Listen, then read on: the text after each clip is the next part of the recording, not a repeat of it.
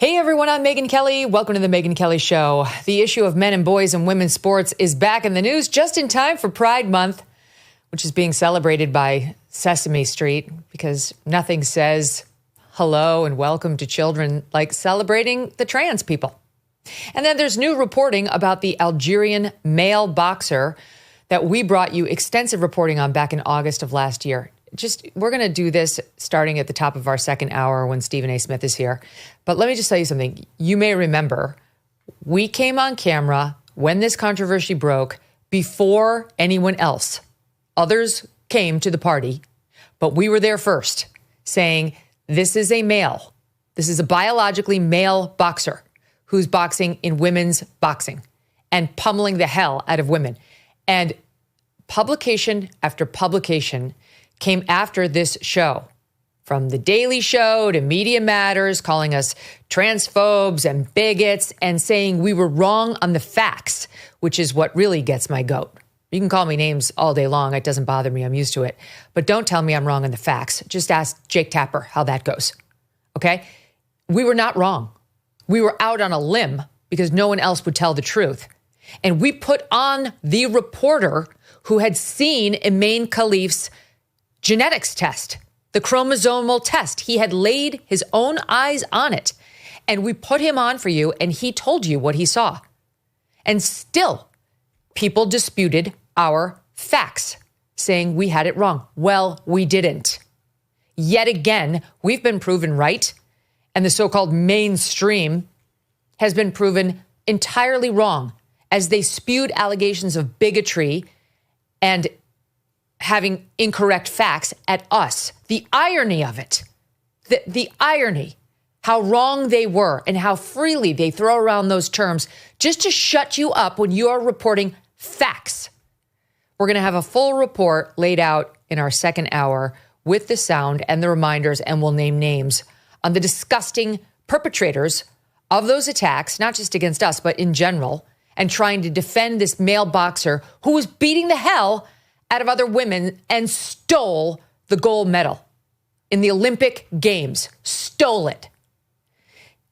It is happening at the Olympics, and it's happening in college, and it's happening at the high school level. Those are the facts. It was all over the news this past weekend. All over.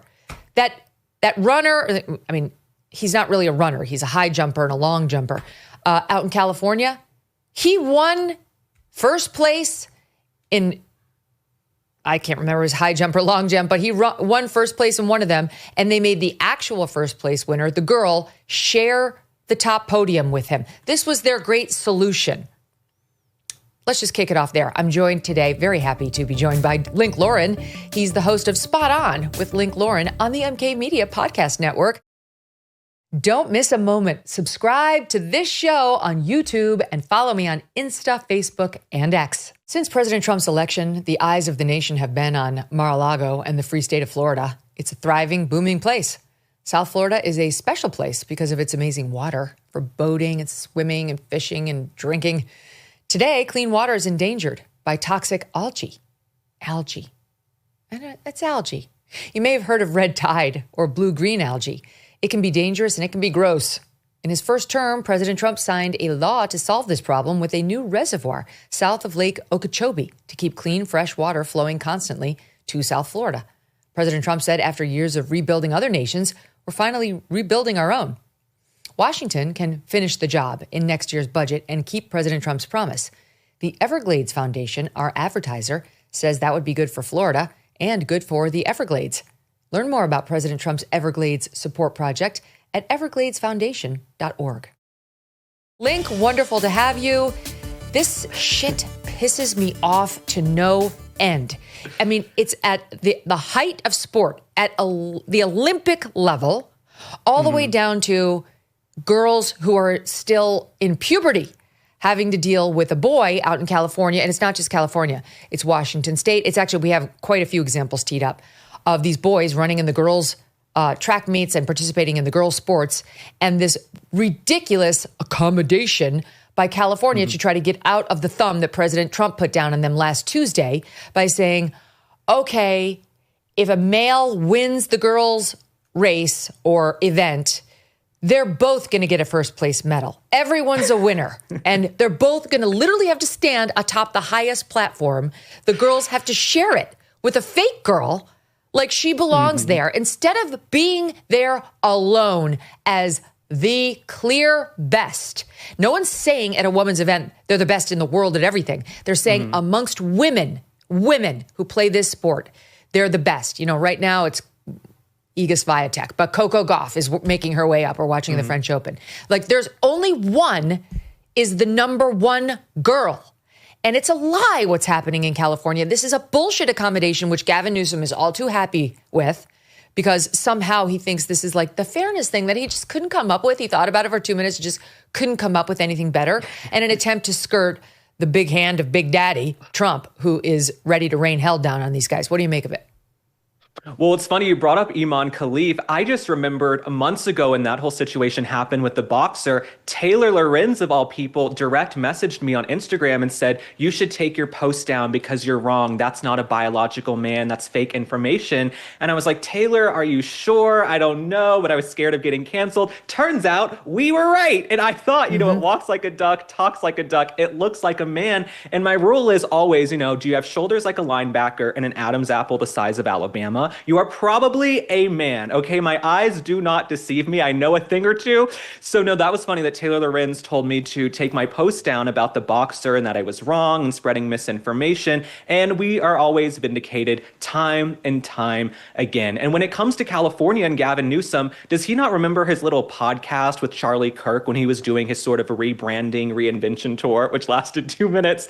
And he said it was a fairness issue. He said men should not be in women's sports. And I questioned Gavin Newsom as a father, right? He has daughters, he has a wife. Do you want your daughter getting beat up on? You wouldn't want your daughter sharing a locker room with a man. These people are full of crap. Gavin Newsom, it's the rules for thee, not for me. There's no way these men want their daughters going through the same thing, but they're so scared of this liberal progressive mob, this minority in their party that is actually just so loud that they constantly capitulate to them.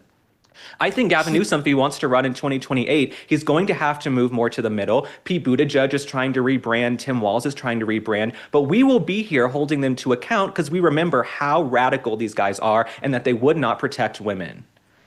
Let that be a lesson to everybody to listen to this show and not to Taylor Lorenz. A lesson nobody needs. Literally nobody listening to that needs that. This needs that.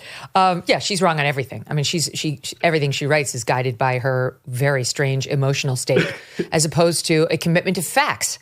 And I will say, look, it's even harder to stick to real facts when everybody's coming down on you as you are feeling. But those who can do it will establish a name for themselves and credibility in this industry, and those who bend the knee will not. Same thing happened with Tampon Tim.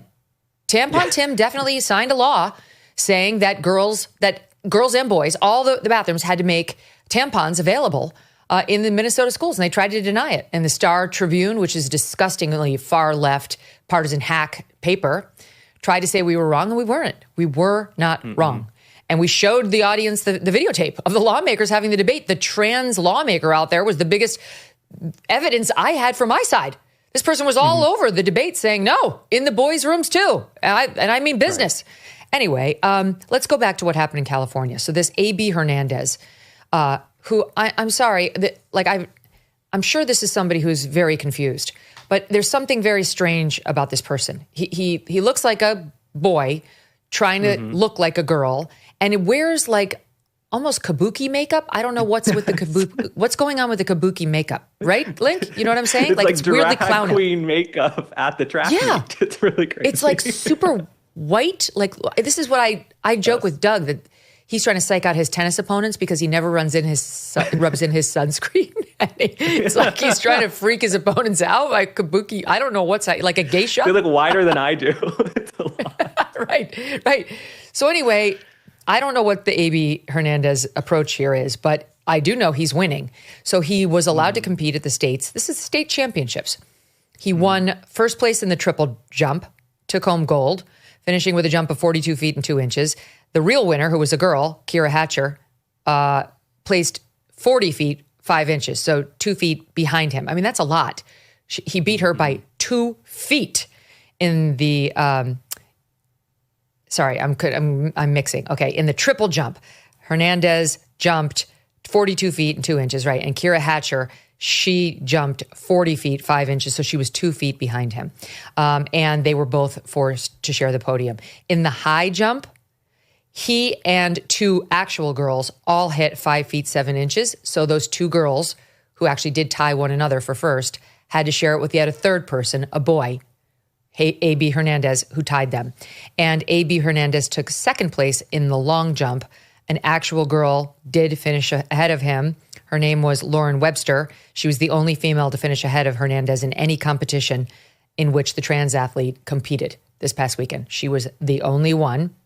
And he shared the podium with the second place winner, Brooke White, who didn't get to have second place on her own, but had to share it with him. So he, ahead of Saturday's competition, was caught on camera by NBC4 in Los Angeles, talking about how there was this rule change where he, if he won, was going to have to share the podium. And here's what he said. Just nervous right now, state finals, back here again. Just trying not to get in my head and just relax, but it's a little harder this year. They should have just left it alone this year and try and fix it next year. I see. He should have been allowed to win everything. That's the bottom line, Link. Well, I'm happy to see more and more girls revolting. I saw a video of girls walking away. I think they're going to start fighting back very loudly because they have people like us in their corner. They have the internet in their corner. They are on the 80% of this 80-20 issue. So I'm happy to see these high school girls. They're going to start pushing back and it's going to become more aggressive. And I will be right there with them, cheering them on. But what's the hypocrisy that we're seeing right now is that Gavin Newsom and all these leftists, they're about DEI, feminism, protecting women, women supporting women. But then they're fine with girls getting beat up, losing out on gold medals and scholarships. And also, there are girls across the country who might not be in California. They might not be in a big city. And for them, winning that medal is the scholarship to get out of their small town and to go off to college and to expand their worldview. And when they're losing out to men, they're stripping them of their future that they've worked so hard for, getting up at 4 a.m. every single day. And then selfishly, I don't know anything about sports. And every time a man is in a sports competition stealing it from a woman, I have to do copious amounts of research. I'm like, what is the CIF, long jump, high jump? I don't know what all this is. So if they could stop putting men and women's sports, because I'm having to learn all about sports when I know nothing. Okay, can you please stop? Just having to learn about sports takes a lot. Never try to keep track who's female, who's male, or in the Olympic boxer, who's got which chromosomes exactly and what happened to them. Right. I have a packet in front of me in preparation for today. This all happened over the past weekend. We had examples of this in California, in Washington State, in Oregon, in Minnesota. I could go on. I mean, it's happening in state after state after state. Again, there was a teacher at my daughter's school who just told her 2 weeks ago that there are only 10 of these trans athletes participating in girls' sports. It's a lie. It's not true. It's happening every week in every school, in practically every city across the country. Now, I wanted to spend 1 minute on the messaging around this AB Hernandez because his mother came out and, of course, cloaks her son in glory, doesn't acknowledge that he's cheating. He's cheating. He's got a male testosterone advantage, and he's got male limbs advantage, and the jumping ability, and the height ability, and all the advantages that your average male has over the average female. So she gives an interview saying, well, I would still lose. Every case. She gives an interview to that same NBC affiliate, and every single trope that the trans community offers up to justify this was offered here. Listen. When you see how happy this kid is being herself, the first time I saw her come out dressed as a girl where she didn't have to hide it from me, I saw it in her face. So I was like, this is it. This is what she wants. I'm going to support it. Behind AB's every move is her mother, Nereida, who has been watching from the crowd and protecting her 16-year-old daughter from nearby protesters, both on the ground and in the sky. I'm not losing my child because of my stubbornness and for me being closed-minded. I'd rather embrace our times together, even if it's been this difficult, than going to a cemetery and crying because I couldn't accept something. So everyone uses the female pronouns. This is how you lose the argument. NBC saying she's protecting her daughter, who if you imagine how confused the audience is out there. Why is all this hubbub about a girl running in the girls' events, about her daughter participating in girls' sports. And then just the added cherry on top is she's going to commit suicide if we don't let her do this. All of you are trying to make my daughter kill herself by standing up for fairness and safety in girls' sports. Well, that's what the medical lobby does. There are these sick doctors who tell the parents of young kids, some of them are single digits, they're 12, 13, 14. If you don't buy into your kid's gender dysphoria and put them on the cross-sex hormones and go through that process, they could take their own life. That's kind of the go-to, and we've seen it time and time again. Honestly, I think puberty is probably the best healer or panacea for gender dysphoria. Let those hormones come in, go through puberty, and if you're 18, 19, 20, and you still really feel like you're trans, then you're an adult, go make that decision. But in this case with the mother, I feel like if the child is underage and the mom is pushing the kid to transition, the kid should probably be taken from you. It's sort of the opposite of the Tim Walz model. If you're pushing your kid to transition and be injected with hormones, I question you as a parent, and that's when I think the government should step in and protect these children, because there are sick parents who are injecting their kids with hormones. There are countless teenage girls getting mastectomies. I don't care what the liberals say in my comments. You can look up the statistics. There's no reason 16-year-old girls should be getting their breasts cut off in the name of gender dysphoria. So in this case, AB Hernandez, you are a victim, and I feel sorry for you and have empathy for you. And California should step in because your mom is buying into this hysteria as well and listening to the doctors who are probably liberal, progressive, socialist, and pushing trans every single day. Yes. And the news media is part of the problem. I worked at NBC. I was part of the problem while there. I've talked to my audience about this. It was early on in this whole thing, but it was, frankly, it was late enough that I should have known better.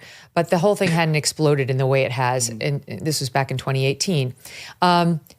However, NBC has learned nothing. They've learned nothing from the explosion of this ideology amongst children and the detransitioners and their testimonials and the data we now have on what puberty blockers into cross-sex hormones does to a young girl's or boy's fertility and sexual function. Nothing. They've paid zero attention. It's all about you have to affirm or you're a bigot. And they refuse to use biologically based language, pronouns, and words. Like daughter should not have been in that NBC News piece. And there was a great example of fighting back against this on CNN over the weekend. It happened on Friday. It circulated on X over the weekend. It was attorney Julie Hamill who confronted far-left activist Brianna Keilar, who poses as a neutral news anchor, but is really just a partisan hack.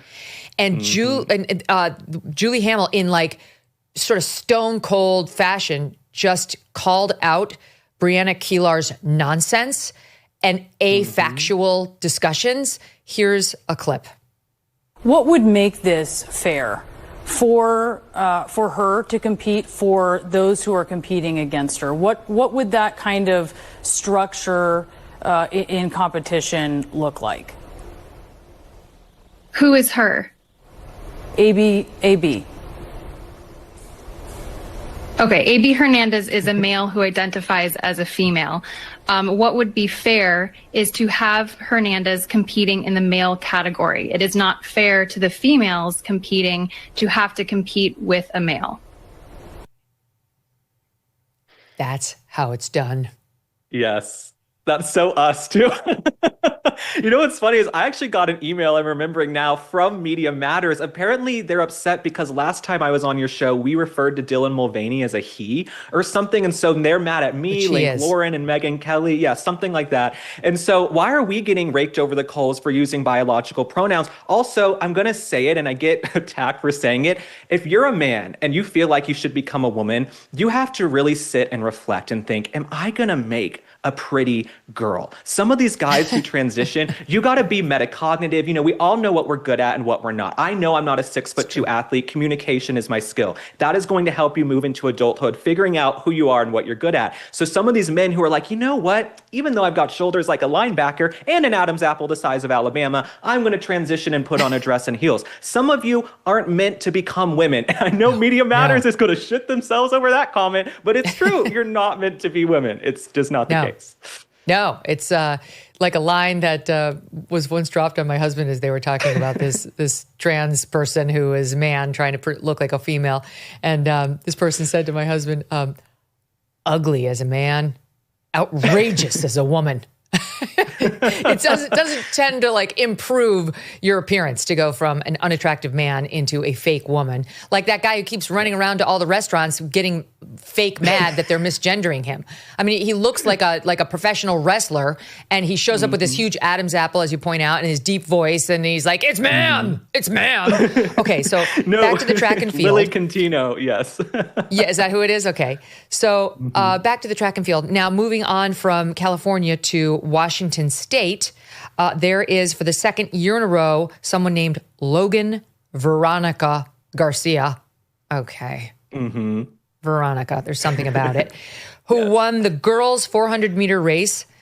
This Garcia is 17 years old and runs for East Valley High School. His time put him ahead of the actual first-place girl, Lauren Matthew, by nearly a full second. And he, Veronica Garcia, beat his time from last year's state final by 0.05 seconds. So he's been doing this for a couple of years now. Oh, yay. Let's see, when he was announced as the winner, boos rang out and the audience cheered for Lauren Matthews, who they knew was the rightful winner. Let's watch a bit of that here. Second place, Lauren Matthews. And first place, your 2025 winner, in a time of 55.70 from East Valley of Spokane, Veronica Garcia.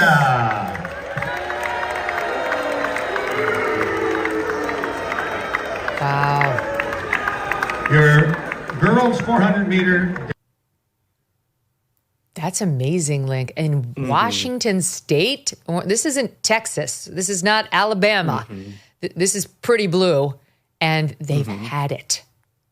No, everyone has had it. And I know we keep saying it's an 80-20 issue, but I know President Trump is like, it's really a 95-5 issue. It's a 99-1 issue. That's right. It's just this small radical mob that's constantly being pushed on us. And I really feel like from the far left, I'm not going to lump everybody on the left into this category. They're incredible Democrats who may be watching this, but there seems to be this sort of systemic erasure of the nuclear family, of, family values, of women's rights, women's spaces. And this was supposed to be the party of women's rights. And now they're perfectly fine with men coming in and stealing all their gold medals and trophies. So I am glad people are booing. They need to get more aggressive and get out there and fight back and fight back and fight back. I also think the Democrats are just going to continue losing if they come down on the side of the 20% of these 80-20 issues and all of the insanity.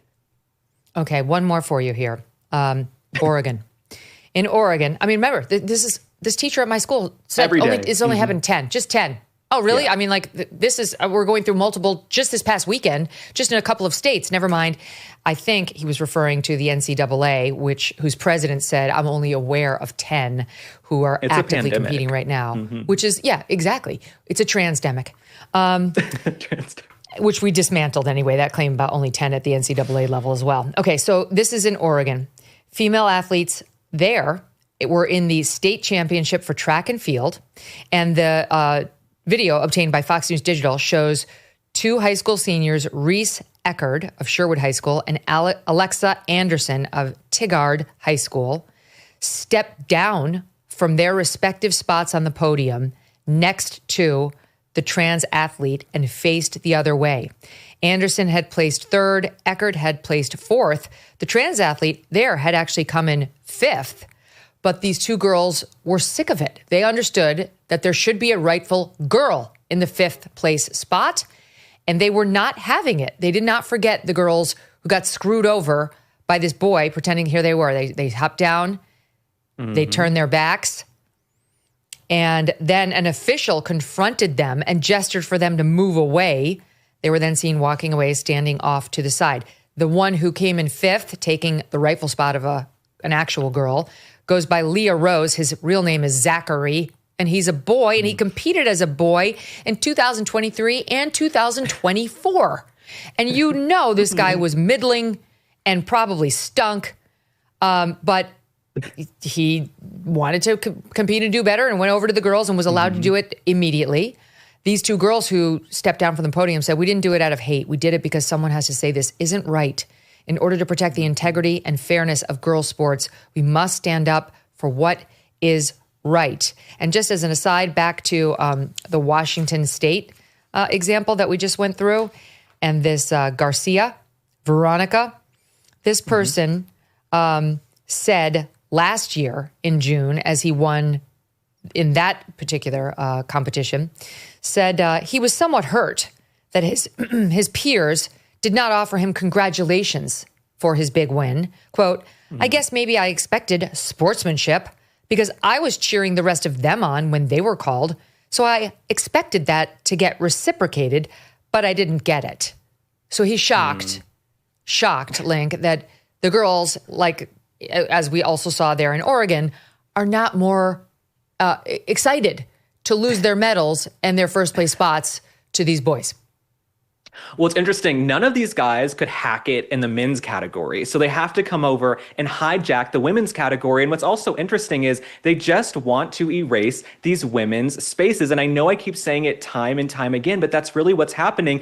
And what used to be the LGBT movement was, we want equal rights. We want equal treatment. Well, now the trans movement is, we want special treatment. We want to be able to do whatever we want, whenever we want. If we identify as a guy on a Monday, we're going to identify as a girl on a Tuesday. And you just have to accept that, call us the right pronouns, let us into your locker rooms, let us onto your sports teams. What happened to equal rights? It's like you give them an inch, they're going to want 10. You know what I'm saying? That's the LGBT community. They're going to want more and more and more. And the whole gay rights movement for decades was, we want gay marriage. Well, 10 years ago this summer, you got the Obergefell Supreme Court decision, you got gay marriage. But then all these nonprofits like Human Rights Campaign and hundreds of nonprofits across the country, they needed a new grift to continue fundraising, because their whole fundraising plan was, we need to fight to get gay rights. Well, now it's trans rights. These are not rights, okay? There are no rights in this country trans people do not have. They say, Trump is transphobic, he's taking trans rights away. You did not lose any rights on November 5th, January 20th at the inauguration. We are only saying you can't push trans onto kids. You can't just come into women's sports. You can't go into girls' bathrooms and locker rooms. You can't expose yourself. If you want to be a normal trans adult, whatever floats your boat and coats your throat, come one, come all to the Halloween ball, do what you want to do. But you can't come into women's spaces, and you guys constantly want special treatment. And we're sick of it. That's what it is. That's exactly right. And, you know, I mean, for the record, I've said this before, but I used to be much more of the mind of like, you do you, if that's what I'm really not. I really kind of had, like, I think it's very kind of creepy. I don't want to see a man dressed as a woman. I'm not a dress. I'm not your fucking costume. I'm not. Like, no. If you've got, no, but I'm just saying, like, there is like a general attitude amongst everybody. I'm not blaming this on you, but like the thing to say is, I'm fine. Like, if you want, whatever you do in your own private world is your business. Like, adults, go ahead if you want to be trans. I've got to be honest, I actually do have a problem with it. I am not your costume. To me, it's the same thing as black people who don't want people wearing blackface. I'm not a costume. Women are not a costume. We're not a dress. You can't embody what it is and means to be a woman by pulling a Dylan Mulvaney and prancing around like some overly fembot version of women that a man dreamed up. It's insulting. It's demeaning. And it makes me very uncomfortable. And the truth is, the larger and weirder the man, the more uncomfortable. That's the honest truth. Right. No, I was just thinking of some of the trans conservatives out there who are like, we don't care if you call us the wrong pronoun. We'll do our own thing. We just want to blend in and be adults. You guys, I'm fine with. But a majority of you, like Dylan Mulvaney, you came up on the internet making a mockery of the female experience. Dylan Mulvaney went viral because he was like, I chipped a nail. I'm a woman now. I wrote an angry email. I know what it's like to be a woman. I can tell you that is certainly not the case. I work with women every single day, was raised by a strong woman. You're an incredibly strong woman I look up to. That is not what it means to be a woman. So there are folks like Dylan Mulvaney who are making a mockery of the female experience. And it's unfortunate that those are the ones with millions of followers and these huge platforms. Yeah. And getting like endorsement deal after endorsement deal. No, I had somebody, I don't want to get specific because I don't mean this person ill will, but this person was a, let's say, provider in my life of, certain services. And it was a man one day, and then I went back to see him, and he was dressed as a female and had, quote, transitioned. And I was shocked. I was not expecting it. Nobody had warned me on his staff that I was walking into somebody who was now going to try to look like a woman. Didn't, but was clearly trying. And we had a discussion about it. And literally in that first discussion, he tried to tell me that he had been Me Too'd in his first 2 weeks of being a woman. Oh, come on. That some man had, quote, grabbed his breast, which was non-existent. Yeah. I'm like, this is so ridiculous. Like the glomming on to okay, that too is sort of a part of the sickness, right? Like these guys who pretend they get a period, these guys who pretend they've been Me Too'd, that they've been like sexually assaulted, like because they're a woman. It's so creepy. And it's all part of my you take your own illness or whatever's going on with you, you work it out with your doctor. I'm not engaging. Right. I'm not supportive. I'm not. I won't bully you to your face. I'm not going to see you and try to make you feel bad, but I'm not participating in any way.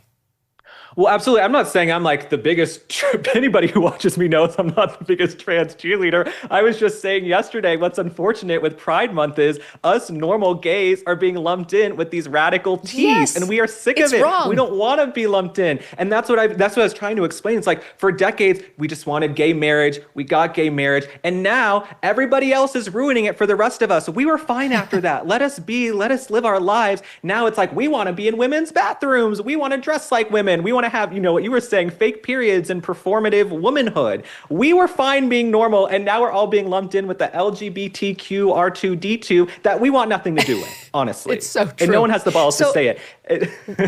What does, I know you saw these numbers, but there was just a poll out on Abergefell and how people are feeling about gay marriage 10 years after the Supreme Court ruling. Right. And the numbers show that Democrats are overwhelmingly in favor of it still. Independents they're exactly where they've always been, was like 74%. I think the Democrats are 92% in favor. And the Republicans have gone way down. They were like at 55% support a few years ago, and now they're at 41%. So to what do we attribute the fall in Republican support for gay marriage? So I've gotten so many messages about this from liberals saying, how could you be friends with Republicans? How could you be conservative? How could you go on Megyn Kelly's show? How could you like President Trump? I never look down on voters. I will attack Kamala Harris. I will attack public figures. I am never going to look down on Republican voters. In fact, I try to understand them. I do not blame them whatsoever for saying, you know what, we are a little bit tired of the LGBT stuff. And I think that's what you're seeing in the polls.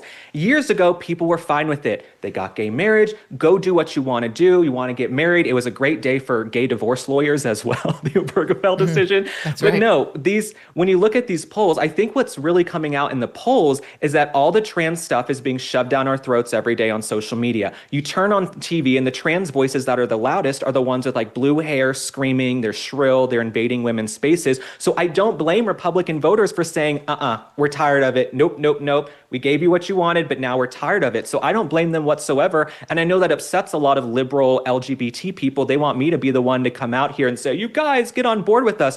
But I think a lot of LGBT people need to do some self-reflection. You have to take culpability for what you have done. And the trans people out there like Dylan Mulvaney and others, they're ruining it for the rest of us. The radicals invading women's spaces, they're ruining it for the rest of us. That's what's happening. So if you guys can't look in the mirror and be self-reflective, I can't help you. But I do not blame the voters whatsoever for saying they're a little fatigued with all the LGBTQ plus nonsense. What do you make of, because I've seen a lot of this. I mean, I have a lot of gay and lesbian friends who are married and who have kids. And there has been an uptick in my anecdotal observation of opinions and messaging on the conservative side against, in particular, gay adoption, like showing two gay men in like a hospital receiving a baby born by surrogate. It may be one of the male's sperm, or it may have no biological connection to the men. It can be done anyway. But a lot of conservatives who I really like and respect will circulate these videos in very harsh terms, referring to it as like almost theft of a baby and the denial of a baby's right and need to be with its mother right after the baby's born. I confess to you, Link, I see these videos and I'm like, oh God, because I have lots of gay men who in my life who I adore, who have kids, and I know they're wonderful parents, and lesbians too, who are raising wonderful children. But as a mom, I'm also like, little babies, they do need their mama. They need Right. breast milk. They need, like, I don't know. I'm going to admit to being torn, but I feel like this is playing a role in these numbers. Absolutely. And what's interesting is I'm torn too. And that's what I love about social media and my platform is like I'm in my 20s and my audience can see me grow up and figure out where I stand on issues too, because I'm seeing all the same videos and I'm in my head going, they're taking, like, the woman's in the other room, the surrogate, she just gave birth, and the baby's being, rushed into the other room with these guys. And I think maybe the baby does need some nourishment. It needs to latch. It might want to have that bond with the mother. But then again, the guys want to have the baby. So it's like you're down the middle and it's really confusing. But I do think there are gay guys who use their babies as props. There are a lot of gay couples I see who have babies and they want to dress them up and trot them out on social media like almost, a puppy or something like that. That's also what makes me sick. I saw a gay couple online recently. I think the guy's name was Mike Del Moro. And he's a big influencer. His partner's a big influencer. And they kept doing this like brand deal or sponsorship. And I'm not alleging anything. This is just my personal take. I felt like they got a brand deal sponsorship to adopt a baby. They had a surrogate and they somehow used some surrogacy service that was giving them a discount for doing an Instagram reel. And that just made me feel so sick. I'm like, I think they're getting a discount on the baby because they're promoting the surrogacy service for gay men. So I'm with you too. I'm torn because I know my bond with my mom is so strong, but then I know gay couples who have beautiful kids that they're raising and they have a beautiful family. I think if I were going to have kids, I would just want to make sure that they're strong women in the kid's life because you need that balance, okay? You can't just have the guys in the house all the time. They need to be exposed to other people who are interesting and strong women, and I would make sure to have that. But I'm like you, I'm figuring out where I stand on the issue. Luckily, I don't have to cross that bridge anytime soon. Yes, you're still young. You have your whole life ahead of you.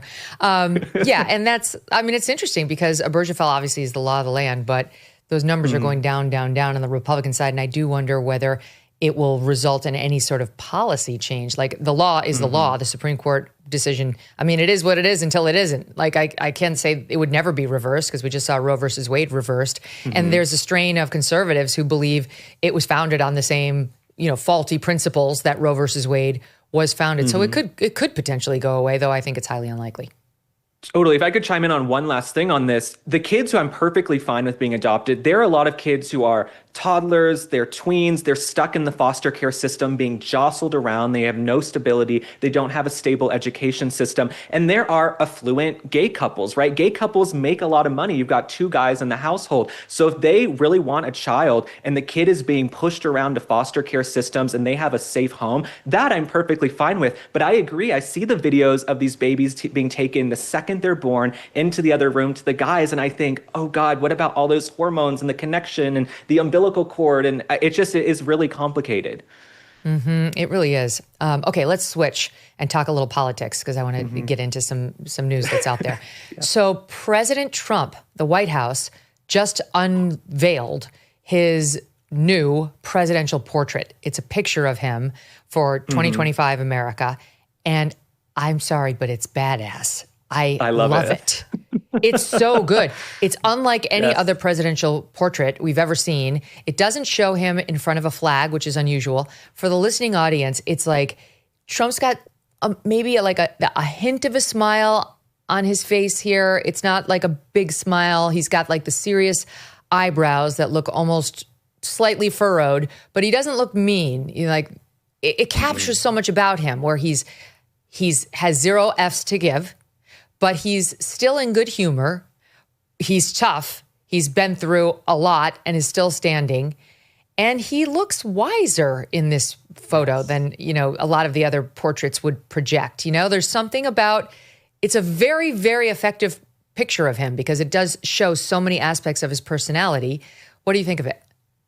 Well, it's interesting how life kind of runs in parallels because I remember being on your show 6 months ago when they unveiled the official White House portrait that morning and we came on to talk about it. So it's interesting how life comes around full circle. But no, that picture was taken by Daniel Torok, who's actually a good friend of mine. And I've loved having a front row seat to seeing him flourish and grow. And there's so many unsung heroes behind the scenes at the White House whose names we would not know. But he always takes the most incredible pictures of President Trump. There's always been this narrative in liberal media. President Trump has no internal monologue or no internal life, or if he's not engaged, there's nothing going on. That's certainly not the case, because when we look at these portraits, you can see a man who's been through the lawfare, assassination attempts. He's been through the ringer. There's no one in public life who could take the hits President Trump has and still get back up with a smile on their face, who's feeling jovial and jubilant and happy. And that's what I felt we got from the picture. And then it was a cherry on top that President Trump's hair also looked great. I will say that. President Trump's hair looked great. The skin looked great. The coloring looked great. So shout out to you, Daniel. This is not a topic that I planned. You guys chose this topic,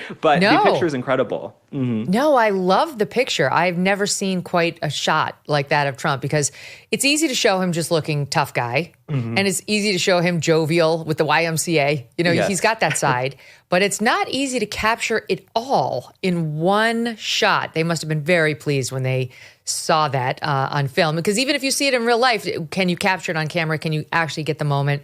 Is the lighting going to work? Are his eyes going to be open? There's so many, contingencies.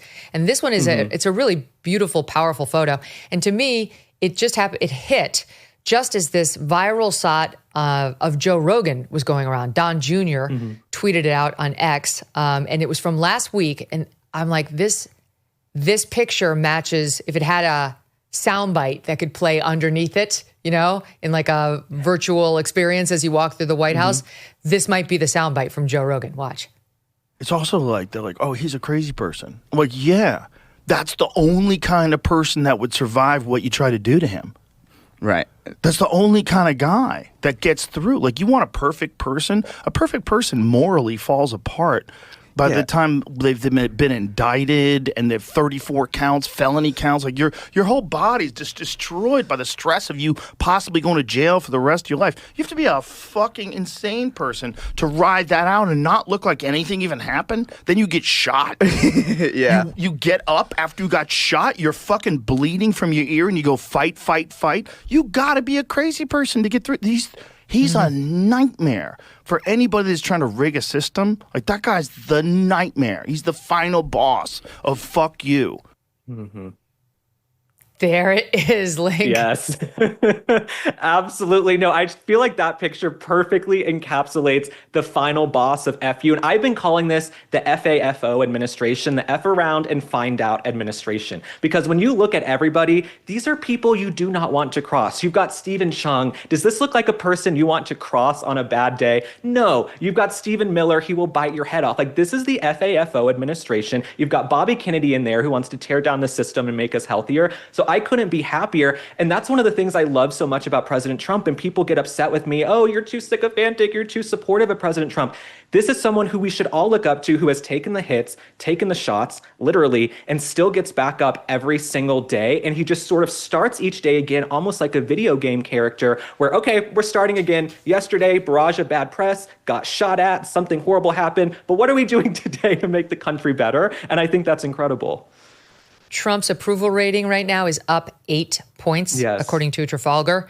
It's really amazing. He's doing extremely well. He was down a little bit during the whole tariff palooza, but Trafalgar's got his numbers as of June, now up 8 percentage points. How do you feel about President Trump and how he's handling his job? Strongly approve, 42.1, approve, 11.6. So that's 53, almost 54% approval rating. We've never seen that for him. Never. That's crazy high for any president in today's day and age, and really high for President Trump, who's all he gets is Nazi, Hitler, fascist. Like, he doesn't get positive media coverage.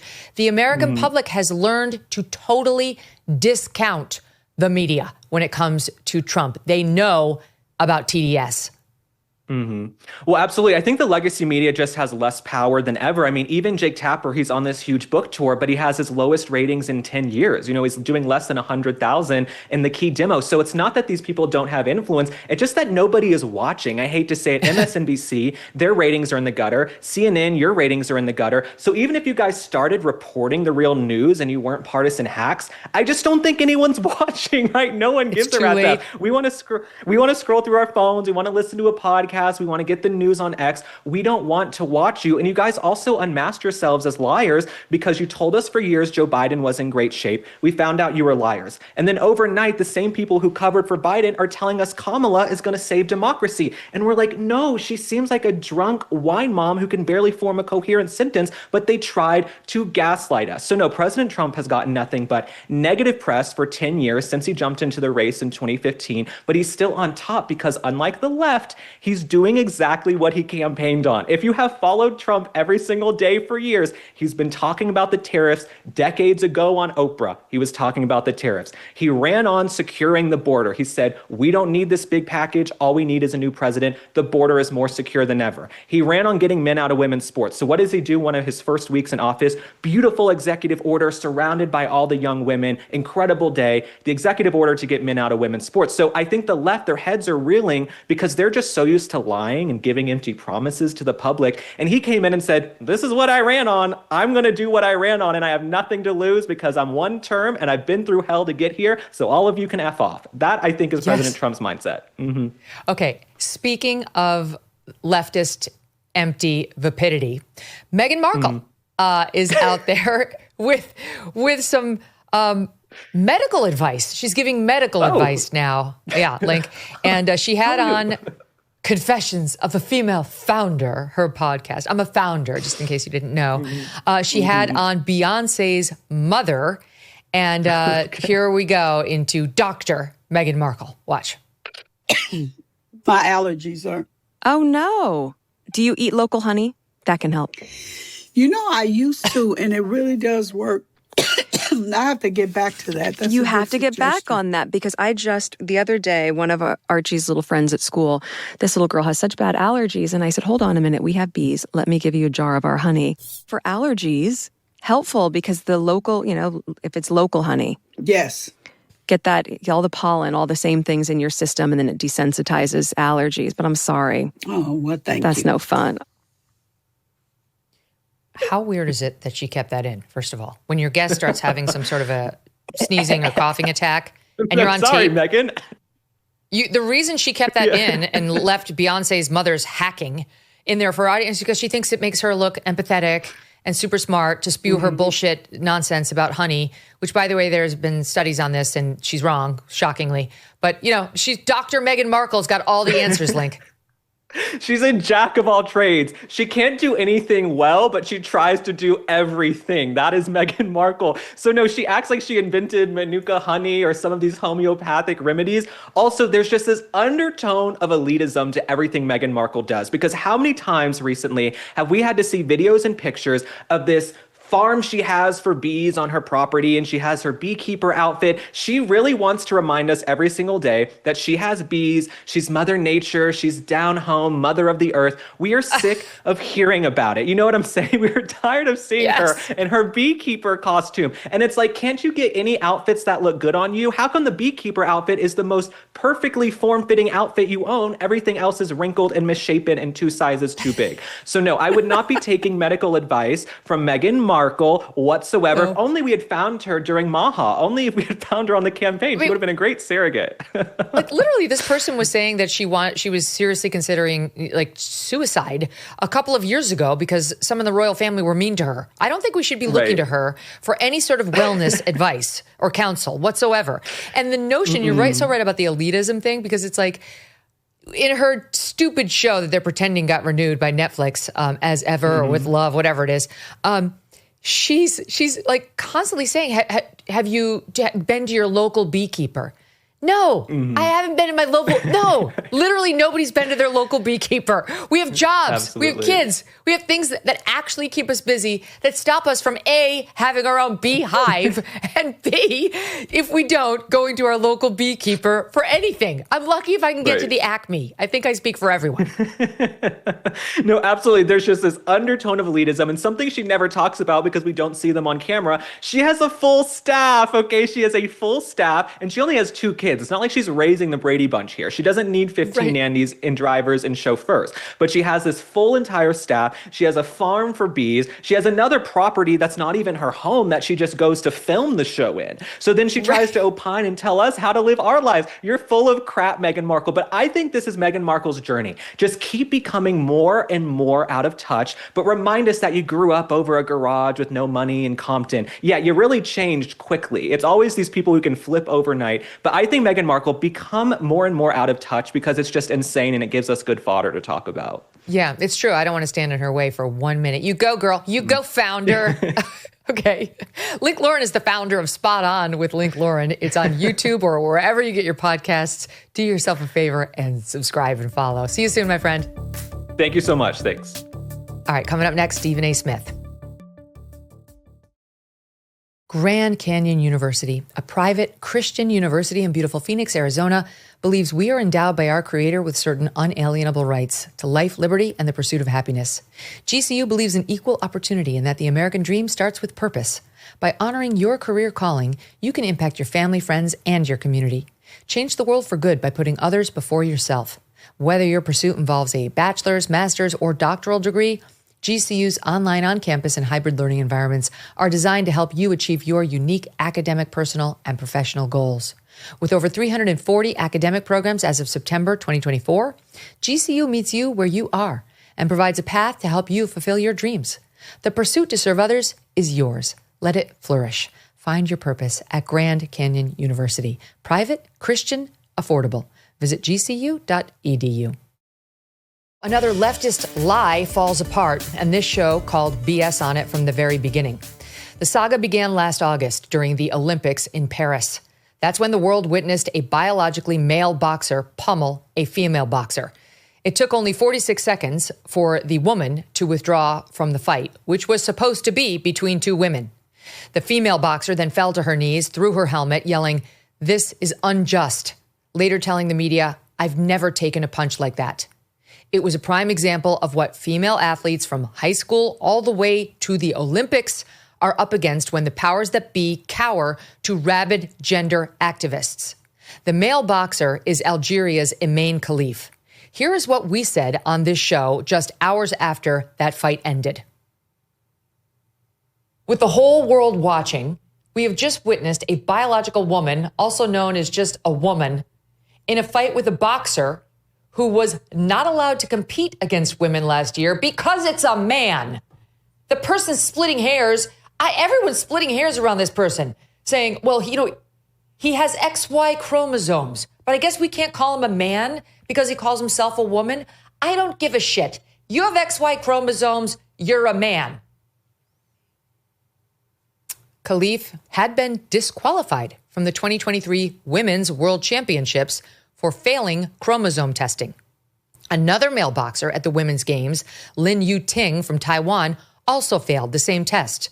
Some had speculated that they were intersex, meaning they have male chromosomes, they have male internal organs, but they might have a vagina. However, they would never develop breasts. They would never have a period because they don't have a uterus, they don't have ovaries, and they are genetically male, which includes male advantage. That's why Megyn Kelly looks just like a man, is as large as a man, has the testosterone and body strength and limb length and wingspan of a man. Okay, no one cares what's actually between his legs. We're talking about fairness and safety. All right, but no one would publicly discuss it. In fact, Khalif is adamant that he is 100% a woman, saying during the games, "I am a woman, like any other woman." He has called anyone questioning that enemies of success. These guys were both able to get into the Olympics, even though the International Olympic Committee knew that they had been barred from the championships for testing positive for XY chromosomes. They are not XX. That's female. XX is female. XY is male. The IOC said the pair had competed in the 2021 Tokyo Olympics as women, and after all, their passports state that they are female. Competing in the women's category is participating complying with the competition eligibility rules. They are women in their passports, and it's stated that is the case, that they are female. Well, if the passport says it, it must be true. An Olympic boxing trainer in Spain came forward to reveal that Khalif was considered too dangerous for women to fight in that country, saying, quote, "Whoever we put Khalif with was injured." The tests, the warnings, all ignored by the IOC, and both men went on to win gold medals. The female Olympians, after years of incredibly hard work and devotion to the sport, basically told, "We don't give a damn. Just stop your crying." In fact, the female boxer Khalif took down in just 46 seconds later came out and said she felt sorry for him and apologized for not shaking his hand after the match. Such was the pressure on everyone in her sport and those commenting on it to take a knee on this issue and just accept this is a female. At the same time, many took aim at this show for daring to speak the truth. The Daily Show directly taking aim at yours truly and my womanhood. Seems pretty open and shut to me, right? She was born a woman, lives as a woman, and boxes other women. So what is the argument against that? This is such an outrage. Look at this. This is a man. This is a man who is competing in the boxing tournament for women. No, she's not. She's a woman. She's a woman like you, Megyn Kelly, a woman at the peak of her career, unlike Megyn Kelly, but she...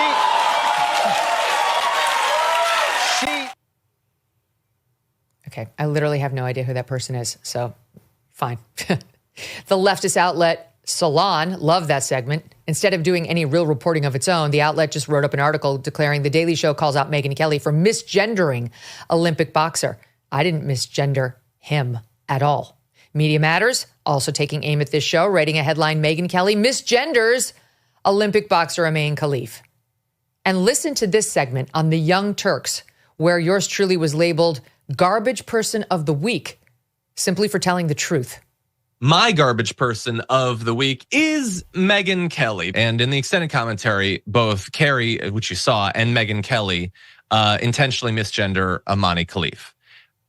Like a month after they know that Amani Khalif is a woman, objectively, according to all of their weirdly specific definitional requirements, is a woman, has always been a woman, will always be a woman, and they're still misgendering her a month later. They know that their audiences are all men, and they're men that want to see these women attack and demean and belittle other women. Literally not one word of that is right. Right. Not one word. Again, another person I've never seen or heard of, but the list of attacks did not end there.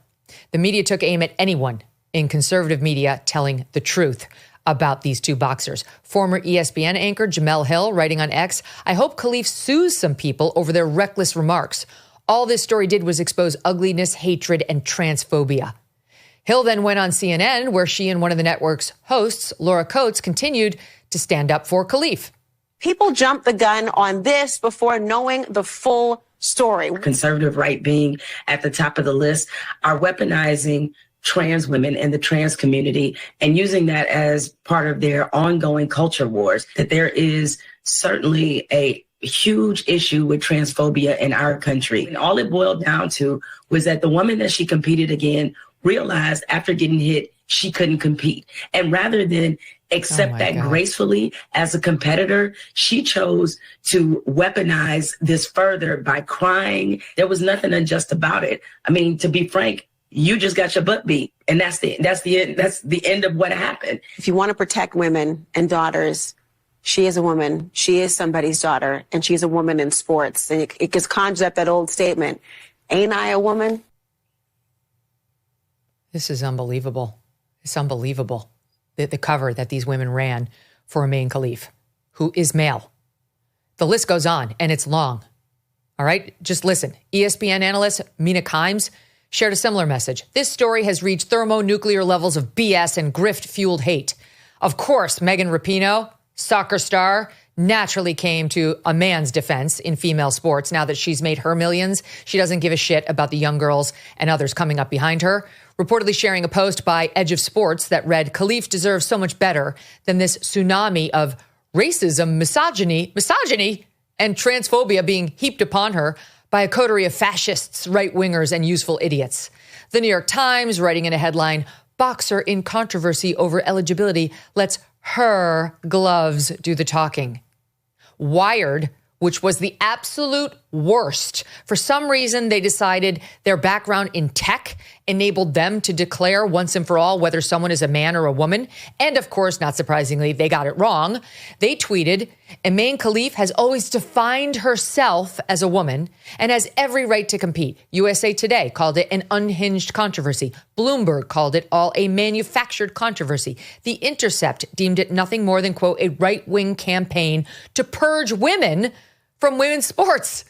The Associated Press managed to bring race into the controversy, writing, quote, for female athletes of color, scrutiny around gender rules and identity is part of a long trend. So now you're a racist if you identify someone with XY chromosomes as male. After the gold medal win, Khalif was then showered with attention, appearing on the cover of Vogue Arabia, going to Milan Fashion Week and sitting front row at the Bottega Veneta show. Vogue writing up an article about it that read, for her foray into high fashion, the gold medalist, donning a mustard yellow button-up leather shacket, which is apparently a thing, along with a pair of black leather trousers. While she left her medal at home, Khalif wore a pair of the Italian house's viral drop earrings, in gold, of course. So that is a long wind-up for what I'm about to tell you. Nearly a year after Khalif took gold, stole gold, leaked lab results confirm Khalif is male. The lab results, the ones that got Khalif banned from the 2023 World Championships, were obtained and published by 3 Wire Sports. It is the premier Olympics-focused media outlet. It's run by former NBC and LA Times reporter Alan Abrahamson. Abrahamson came forward last year, you see, during the Olympics to say, look, I personally have seen these test results for Megyn Kelly that showed Khalif was male, but no one cared. No one would listen to him. We did, because unlike most in the media, we interviewed Abrahamson back in August regarding what he, an eyewitness, first person to those test results, had seen. Watch. And then it says result, it says abnormal, and then it says evidence of male karyotype. So a karyotype is refers to your chromosomal evidence. And here it says male with a capital M, male. Oh, you mean the passport wasn't the final source? We shouldn't have trusted it? Gee, tell it to Mark Adams of the IOC. Now, here is what is new. Abrahamson has now actually published the results. They state exactly what he said they did on this show. Quote, analysis reveals male karyotype, which means XY chromosomes. A male. Abrahamson is also reporting that Khalif is being told by World Boxing that he must take a chromosome test to prove eligibility before returning to competition. Khalif is hoping to compete in a boxing match next week, but no test, no match. As for Lin Yuting, last November, the boxer pulled out of an international competition in the UK after the organizers questioned his gender eligibility. Both of these two, when actually pressed, saying you can't compete because you appear to be a male, have not challenged it. What does that tell you? What does that tell you? And what about Khalif's gold medal? Will he be forced to give it back? He should. However, there are zero rumblings of that actually happening. And Khalif has said he plans to defend his Olympic gold when the games return to Los Angeles in 2028. He wants all the women's golds, all of them in boxing. And he's not worried about President Trump's stance on men competing in female sports because in March, Khalif told ITV, a media outlet in the UK, quote, the U.S. president issued a decision related to transgender policies in America. I'm not transgender. This does not concern me and it does not intimidate me, completely skirting the issue that he appears to be intersex, and irrespective of exactly what his particular gender problem is, he's a biological male, which is the problem. Separately, the IOC is about to get a new president. Zimbabwean Christy Coventry, set to take over the job on June 23rd. She's been vocal in her support for a blanket ban on men competing in female sports at the Games. However, she was part of the IOC executive board that allowed Khalif and Lin Yu-tin to compete in the first place, knowing what they already knew about world boxing and them being banned. So to all the female boxers training for the next Olympics, you better find your voices now to stop it. Or lace up your gloves and get ready for a quick and easy and likely dangerous knockout. Joining me now, Stephen A. Smith, ESPN host and also the host of his own digital show, The Stephen A. Smith Show. Stephen A., great to have you back. What do you make of Megyn Khalif? Great to see you too. Well, first of all, your opening monologue was absolutely spot on. Way to go. There's no disagreement here. The facts are the facts. And, he has XY chromosome. That's what the tests show. So what you had been saying originally was right on point. And there's a lot of people that owe you an apology. I appreciate where you were coming from, but I also love the fact that you kept receipts and you pointed out folks that were talking a lot of smack about you. Because the reality is that when we saw in swimming, for example, with Leah Thomas and how she, he transitioned into being a woman and competing in swimming and ultimately won a national championship when it was hard for him to be ranked in the top 300 or 400 in the world when you were competing against males, for crying out loud. If there is a disadvantage in swimming, if there is a disadvantage in something like volleyball or whatever, or basketball, what in God's name makes anybody think there wouldn't be a decisive disadvantage for females, born female, in a boxing ring? That is a violent sport. That is a pugilistic sport. And so the level of sensitivity that you've articulated about this subject, I certainly never disagreed with you on it, but the points that you've made in your opening monologue, how on point you were and how you kept receipts of people who attacked you personally for saying what you had said, when in fact the facts have borne out and have shown that you were on point more so than they do. If they're adults, they will come on and they'll re-air those tapes themselves and they'll say she's right. Megyn Kelly was right. I owe her an apology. That's not Stephen A. saying it, because I don't owe you an apology for that, because I never disagreed with you to begin with. You had me on the show at that time discussing it, and I stand with you on that. You're absolutely right, 1,000%.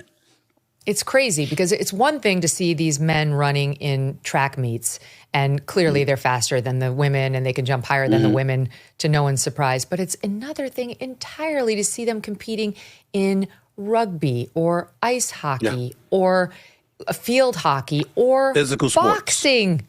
Boxing, for God's sake. If we're going to allow that, we'll allow anything.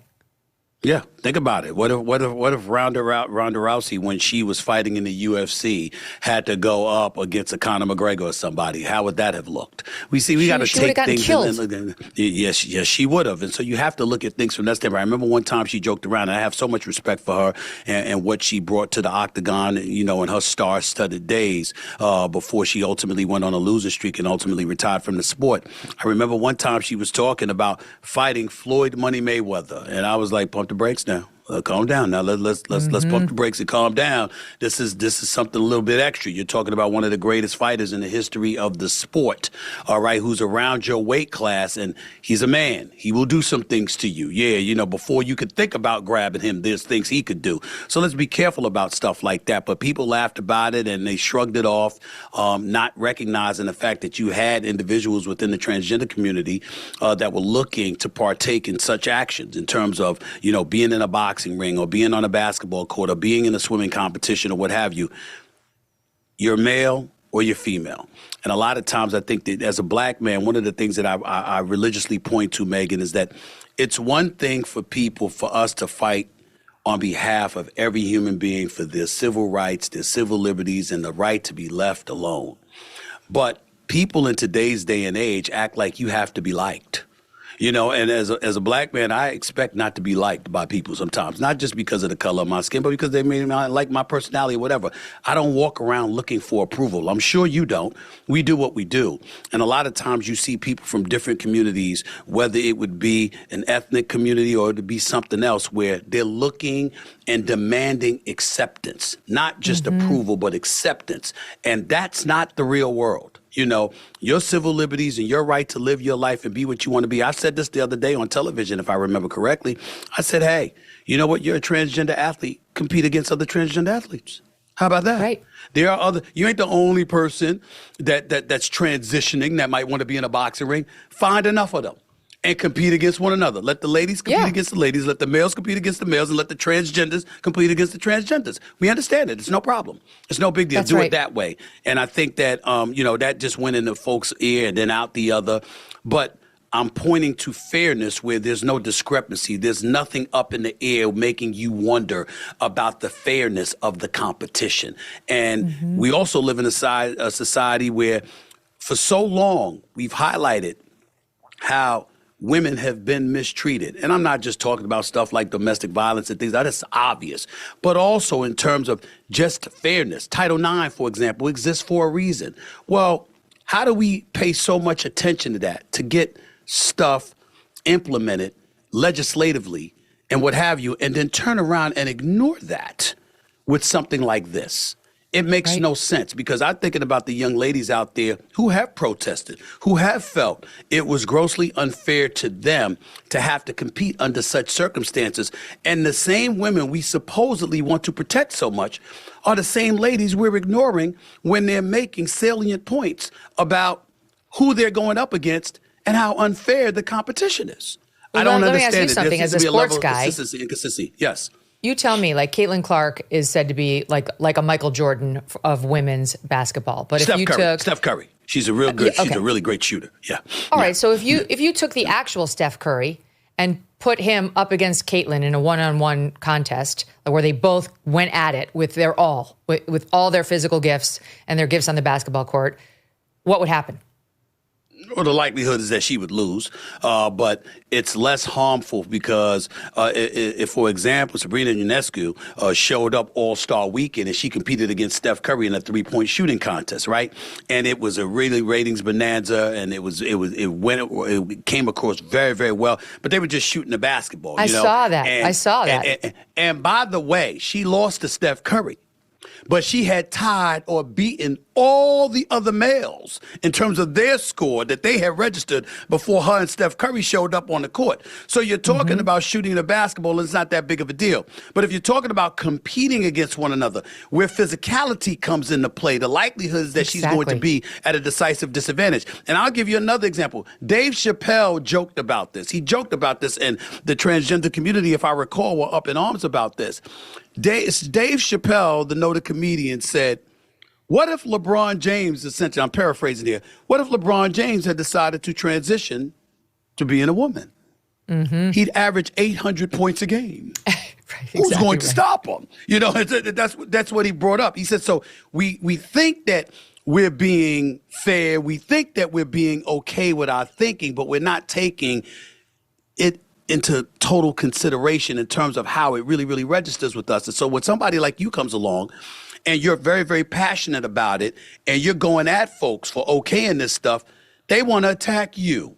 And I'm sitting there saying to myself, you can't find something better to do? I mean, listen, Megyn Kelly's on a game, but you certainly ain't going to win this argument because we're watching and we see, I mean, who couldn't see that you were right? It was people who didn't want to see. And that's the real problem. You didn't want to see it, so you ignored the facts. And Megyn Kelly wanted to see it, and you have it. It was like Biden's mental infirmity. We saw it. You didn't need an expert. You didn't need a medical diagnosis. You didn't need Tapper and Thompson with the big revealing book. You just needed eyes and ears. Same thing with this male boxer. It was very obvious taking a look at him. I do want to just mention this to the audience. They know this story, but it's just so telling. After my daughter was misinformed by her teacher that there are only 10 of these trans athletes competing in women's sports, which is not true, I wrote her a very long note setting the record straight and giving her the actual facts so she would not be misled by this person with an agenda. And at the end of the note, I included the following because it's true. In 1998, Serena and Venus Williams said they could beat any male player outside of the top 200 men.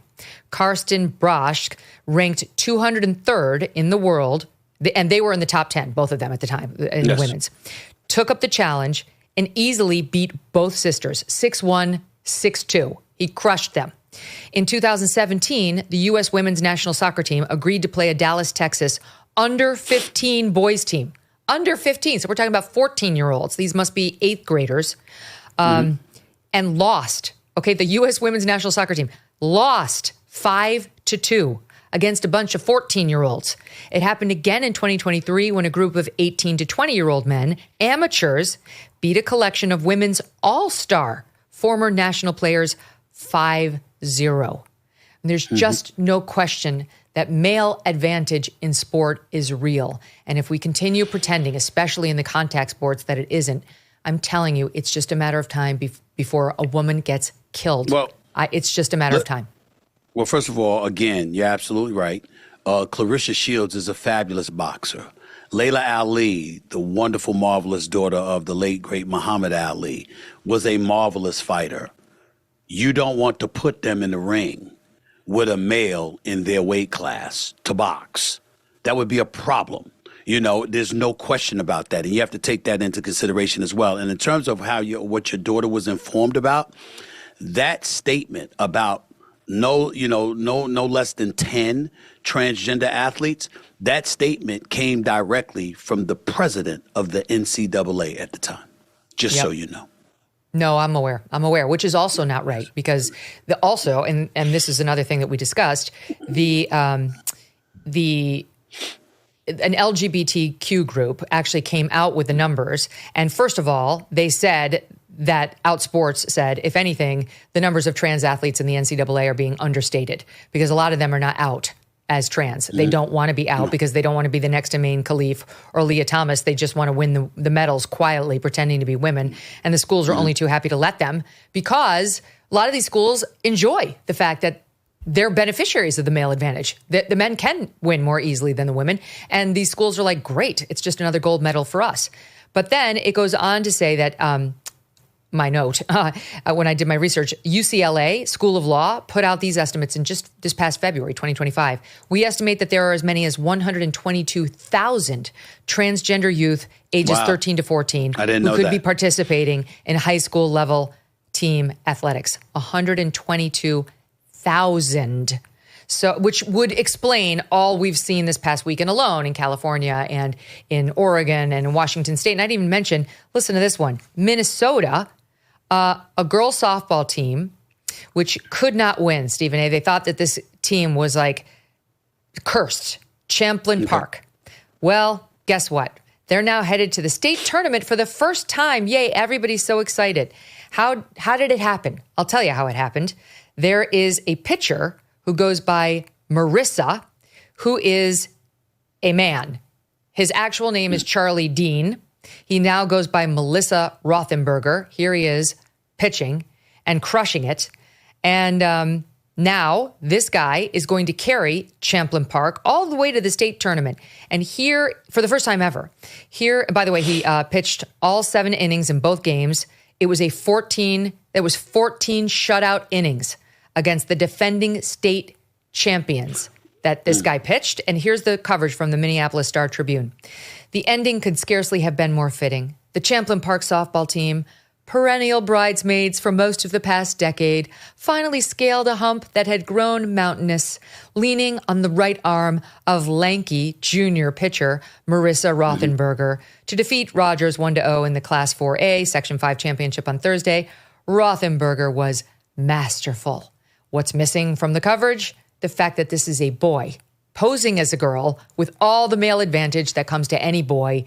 Of course he was masterful. I knew nothing of that story. Shame on me. What I would tell you is that had I been the one covering that story, it would have been a lot different than what you just read because of what you highlighted. It's a boy. And this is the thing that I think is very, very important for us to understand, Megyn.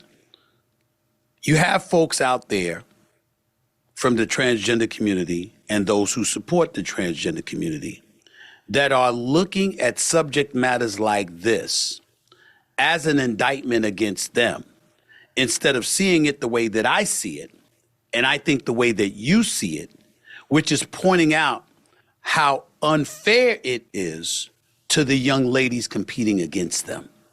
And so when we bring it home to that point, that's where our sensitivity needs to elevate.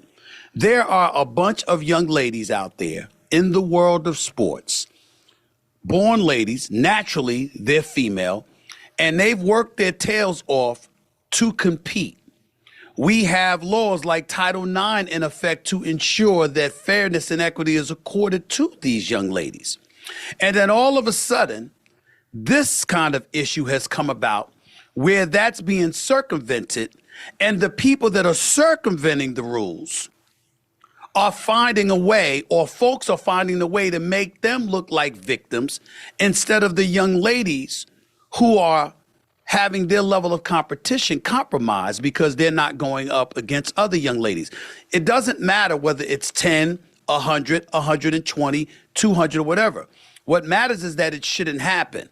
Males should compete against males. Females should compete against females. Transgenders should compete against transgenders. It's just that simple, because that's what you're talking about, fairness and equity of competition. Let's take gambling into consideration. If you were in a position where you had the prowess as an athlete to dictate an outcome, and you gambled on your own sport or gambled against your team or whatever it was to compromise competition, you'd be banned, because the issue of competition comes reigning through. It's very prolific. It's very potent. You can't do that, because anything that compromises competition in any way threatens to compromise the overall integrity of the sport. If we're thinking that way about issues like that, how could you not think about that with issues like this? It makes no sense. Today, before we came on the air, I was on X and I saw a video. You probably know this story, but I have no idea. I don't follow sports, as you know, but it was a guy at like the AAA league level in baseball who played for, he had a shirt that read Tacoma. So I guess he's Tacoma, Washington. And he was notified by the coach of his team that he wasn't going to be there the next day because he'd been called up to the big show to go play for Seattle. And it was just this really sweet moment. As sports, as you know, like this is the stuff that can draw somebody like me into sports, where you know, somebody who's worked that hard makes it. They make it, you know, and you see him like stunned when he gets the news he's been called up, and every guy on the team is giving him a huge hug and a high five. They're all so happy for him. This is like all of their dream. And that to me, like separate and apart from the fact that somebody's going to get hurt or worse, and the fact that it's just not fair, you know, to make them compete against somebody who has so many advantages that they don't have. I just feel like you're denying these girls the glorious joy of winning, of excellence, of being the one to get that tap on the shoulder, not having to share the top podium. You know what I mean? Fair, like that's fair because it's what you play for. And that's what makes us love sports, right? You explain it to me. Part of the joy of watching sports is to see that moment. Not everybody's a winner. Not participation trophy. There are real, actual winners that show who's best. I give you an example that's closer to home. So I think it was 2017 was the year. There was a trash can controversy in baseball. And essentially, the Houston Astros was in the postseason for Major League Baseball. They had gone against the Yankees. And then ultimately, they had gone against the Dodgers.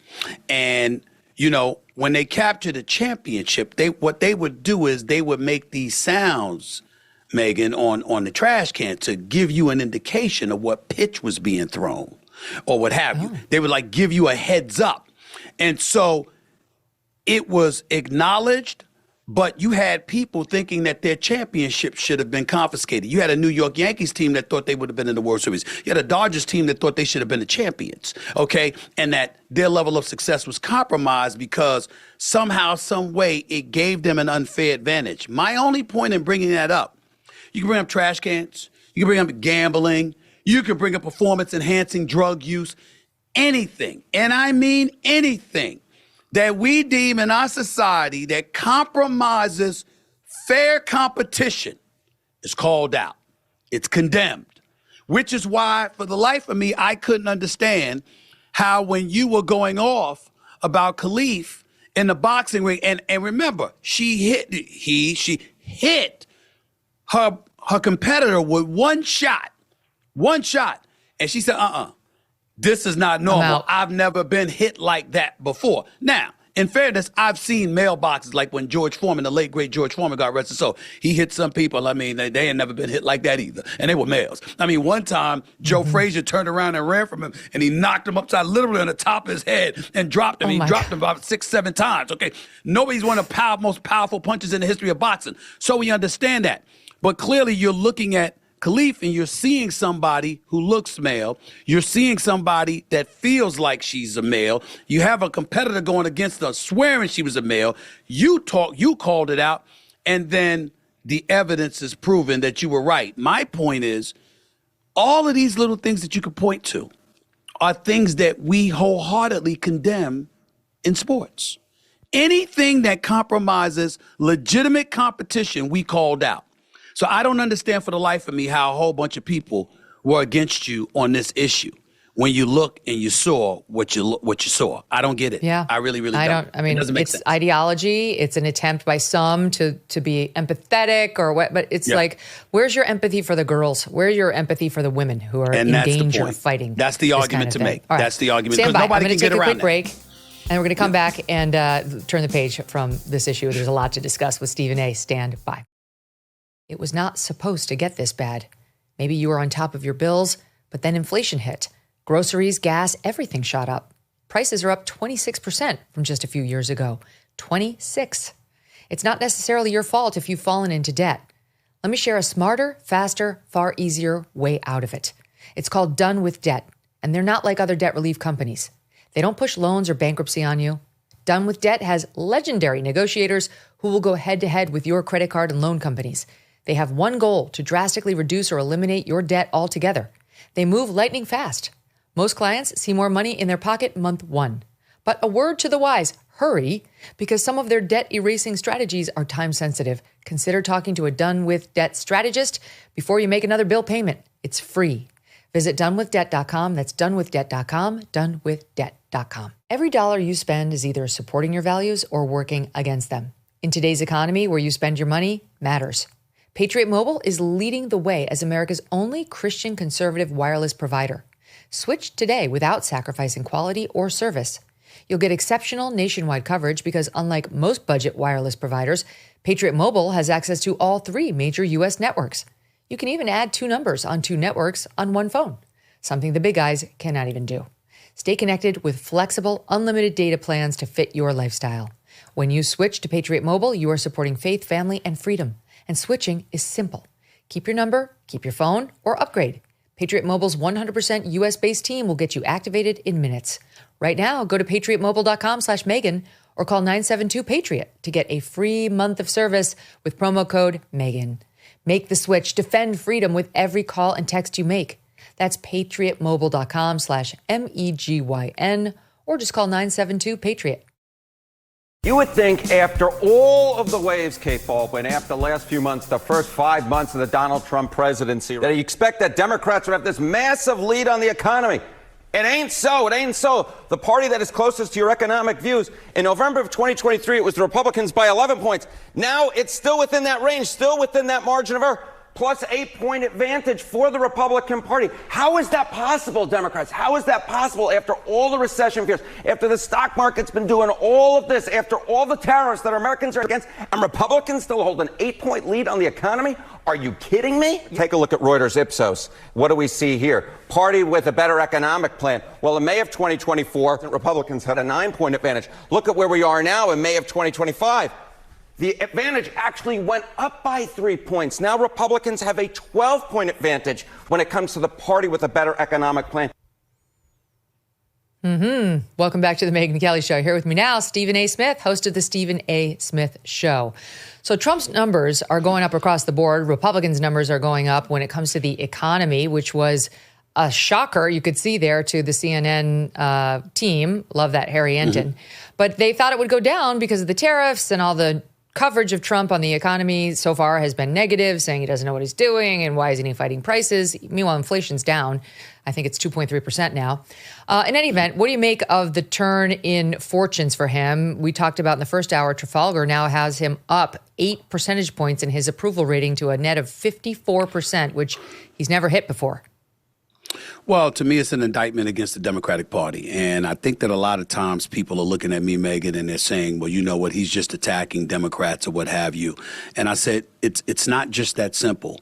And I'm going to tell you this, Megyn, and I've never had this conversation with you before, but I think that what people don't realize is that as a black man, you do find yourself getting offended at what we've seen from the Democratic Party.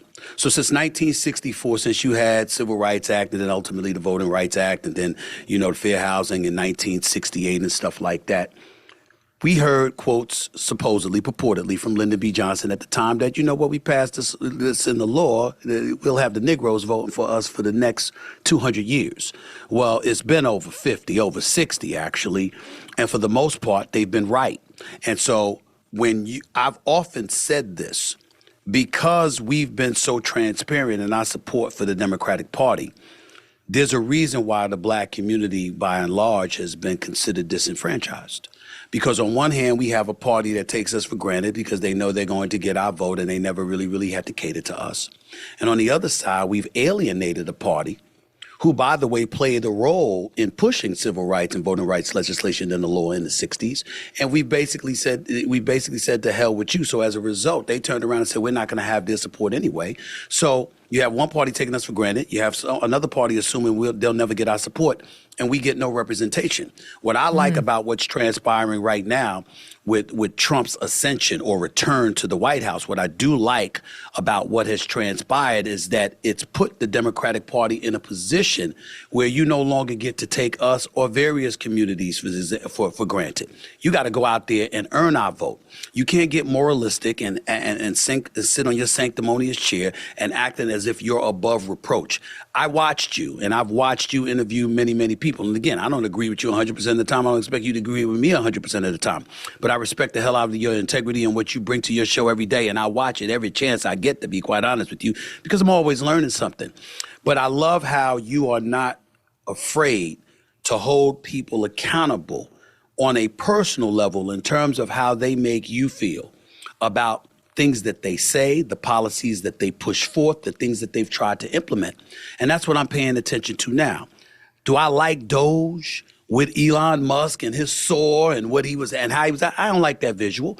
I sense a flagrant level of insensitivity to federal employees and others who rely on those jobs and what have you. But with $37 trillion in debt, there is no question that waste, fraud, etc. exist, and it needed to be addressed. Did he do the right things? Did he point out the right targets? I don't know. History will show us whether he was accurate in doing so or not. We're looking at Trump, his war on tariffs. I told you from Jump Street, Megyn, I didn't like that. I didn't like the fact that he was going after everybody. Go after China. You want to go after China, go after China. But don't turn allies into enemies that could potentially side with China. He made me nervous with that. Now, again, I don't know. This is what I was seeing and saying, wait a minute, I'm a bit worried here. Don't know if this is accurate or not. But then when I see so many pundits from the left and they're talking about how awful all of this was, I took the liberty just looking at some things, and I'm saying, you know what? You're not going to cut but so much into spending when it's $37 trillion in debt. You're creating new jobs. You got $8 trillion in commitments from corporations, okay? You got oil that's, we're drilling here in the States, as they say. There's a plethora of other things that's taking place that are going to contribute to the economy, that's going to contribute to other people being employed. This is what we're hoping for. If it doesn't work, I'll be up here saying it didn't work. I think Megyn Kelly will be up here saying it didn't work, damn it. But we can't knock them for trying, because what was the other side doing?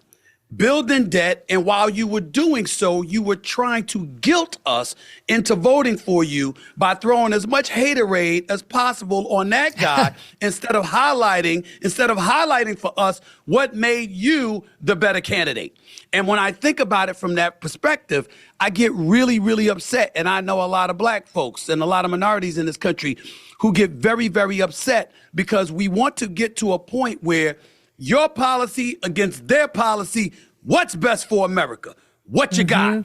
And we're not seeing that. And as a result, Trump's able to come in there and say, to hell with all of y'all, this is what I'm going to do. And there's little that anybody can say until we show us fails. They can't stick with a haterade forever. You know, every once in a while you need some nice tea.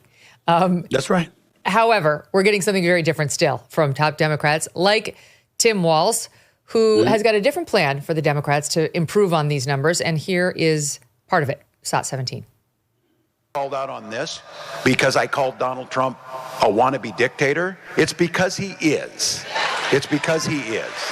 The governor's being mean and the governor's speaking out on that. Well, maybe it's time for us to be a little meaner. Maybe it's time for us to be a little more fierce. We have to ferociously push back on this. And again, I'll speak to my teacher colleagues in here. The thing that bothers a teacher more than anything is to watch a bully, to watch this bully and to stop it. And when it's a child, you talk to them and you tell them why bullying's wrong. But when it's adult like Donald Trump, you bully the shit out of him back. You push back. You make sure they know it's not there. Because at heart, this is a weak, cruel man that takes it out and punches down on people. Here we go again, Stephen A. He's a wannabe dictator. You need to bully the shit out of him. We need to be meaner. We need to be fierce, which is literally like a word that my young children rejected about 3 years ago. I don't mind. I don't mind, Megyn, to be honest with you, as long as you have policies to back it up. Because you see, we can talk about Donald Trump bloviating all we want to. And by the way, I don't like him suing media and going after folks and feeling as if you're compelled to agree with him and to not insult him. Otherwise, he's going to target you. I do think that's petty from time to time. And I do think that he should be better than that. But in the same breath, if I'm looking at you and I'm saying, it's not like I told you, I wrote stuff down. This is big, beautiful New Deal and all of this other stuff. Well, guess what? $8 trillion in pledged U.S. jobs, tax cuts on small businesses, fair trade, no tax on tips, no tax on overtime, makes 2017, tax breaks are permanent, deregulation, no more green energy subsidies. These are the kind of things that I just wrote down. If I'm wrong about anything that I said, Megyn, please tell me and I'll correct myself. But when I hear that, I'm like, okay, I don't like how he acts sometimes. I don't like how juvenile he comes across sometimes. But I know it's more important that I hear that, what I just read off to you. I know it's more important to the American citizen. I know it's more important to the voter. And what do you have to offer if you're the other side? See, that's the whole point. We're fierce. Right, you can talk. Well, listen, you talk about being fierce. Well, you just got your ass kicked in the election. Right. Okay, I mean, I don't really want to hear that. Kamala Harris was literally out there last week in Australia saying, I eat no for breakfast. Okay, you were delivered no on a silver platter by the American voters. And here's the deal. But this is what they're holding on to. He got 49.8% of the vote. We got 48.3%. We only lost by 1.5 percentage points, and neither side got 50% of the vote. So guess what? It's not a mandate. The man won young voters. He got more black voters. He got more young voters. He won every swing state. He won the popular vote for the Republican Party for the first time since 2004. I mean, damn, what do you need in order for there to be labeled a mandate? I don't understand it. But nevertheless, in a loss, to reflect upon the loss and to talk about pushing back on them, that's all you got? And oh, by the way, if that is what you really, really feel, how come you didn't do it during the campaign? How come you didn't do it when you were on the debate stage versus J.D. Vance? I mean, if there was ever a kumbaya moment in politics, it was him against J.D. Vance. I mean, they did everything but hug and kiss one another. I mean, this is what was going on. They even parodied it on Saturday Night Live. I mean, this is how funny it was. And so when you're looking at it from that standpoint, where was all of that when you had the ear of the Democratic presidential nominee that is Kamala Harris? Where was all of that then? We don't want, I respect Tim Walz, you're the governor of Minnesota. I get what you bring to the table, whatever that may be. God bless you. But you had an opportunity to make all of this noise before. And if you missed out on it, we certainly don't want to hear from you now. That in sports parlance, Megyn, that is the equivalent of losing the championship by getting swept and then going to talk shit about the opponent. How'd that work? Right. You had an opportunity to beat them. They ran by calling Trump a dictator, comparing him to a Nazi, calling him Hitler. Like, how much meaner do they think they should get? I don't understand where's the extra room for them to get even meaner, a little meaner, more fierce, and to bully the shit out of him. How do you do that in a way that they didn't already do that? I don't know how you're going to do that, but more importantly, I don't know why you would think that would work, considering how we've shown you, we felt about you during the election. Even people like me who voted for her, I didn't like his incivility. I thought the presidency was a statesmanship position. But in the same breath, I was hopeful that she would be somebody that would work across the aisle and that you would be able to police some things that was going on the left. I regret that. Okay. Yes. Not to say that I would vote for him, but I certainly don't like the thought of voting for her. And so I'm looking at our politics. I'm losing now we only have 16 seconds left, so we've got to put a pin in this one and pick it back up the next time since I'm running out of time. We have to put it back up. We have to pick it back up another time, no doubt about that. But I don't like what I'm seeing from the left. I really, really don't. Well, you should be very happy that vote did not put her in office because, my God, I don't know what we'd be facing right now, but we dodged that bullet. Based on how they're talking, very happily. I get you. Stephen A. Smith, a pleasure as always. Thanks for being here. My pleasure, Megyn. You take care of yourself, all right? Talk to you soon. You too. And we're back tomorrow with Next Up host Mark Halperin, along with his morning meeting crew. That'll be fun. Tune in for that.